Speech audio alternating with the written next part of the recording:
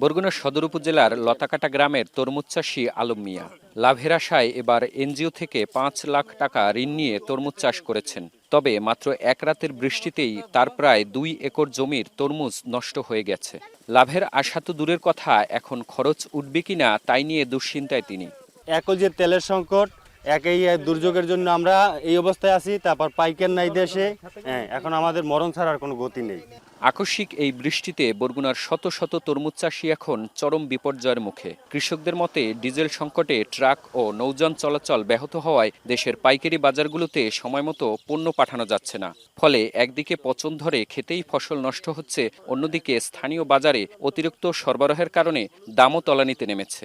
ওয়েদারের যে অবস্থা, বৃষ্টি পড়তেছে, তার ভিতরে কৃষক এই জায়গায় মার্কেট নাই, মোকামে হচ্ছে দাম কম। একটা জমিতে খরচ হয় ১.৫ থেকে ২ লাখ টাকা।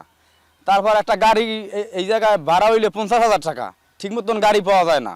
উপজেলা কৃষি কর্মকর্তা জানান, তরমুজ পরিবহনের সমস্যা দ্রুত সমাধানে কার্যকর পদক্ষেপ নেওয়া হচ্ছে। এছাড়া সেচ কার্যক্রম সচল রাখতে কৃষকরা স্থানীয় উপসহকারী কৃষি কর্মকর্তার প্রত্যয়ন দেখিয়ে পাম্প থেকে সহজেই প্রয়োজনীয় ডিজেল সংগ্রহ করতে পারবেন বলে জানান তিনি।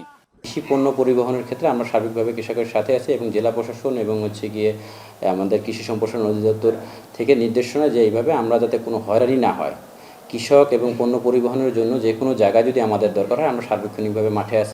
লক্ষ্যমাত্রার চেয়ে বেশি জমিতে এবার তরমুজ চাষ হলেও একদিনের ভারী বৃষ্টিতে লণ্ডভণ্ড হয়ে গেছে বরগুনার কৃষকদের স্বপ্ন। লাভের বদলে সর্বস্ব হারানোর দুশ্চিন্তায় দিন কাটছে তাদের। সুজনা কোন, এখন বরগুনা।